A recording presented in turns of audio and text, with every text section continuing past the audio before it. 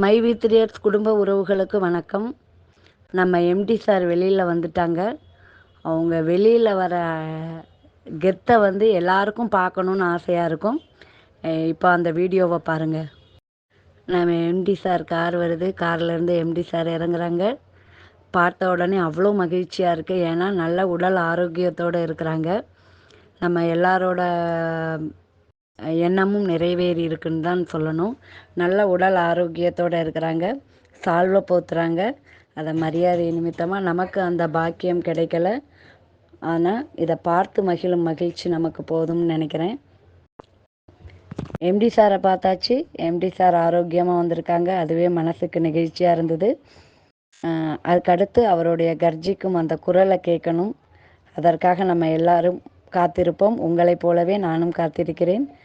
எப்போ தான் விடியும் இருக்கு. விடியலை எதிர்நோக்கி காத்திருப்போம்.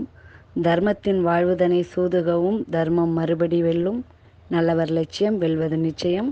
வாழ்க வளமுடன்.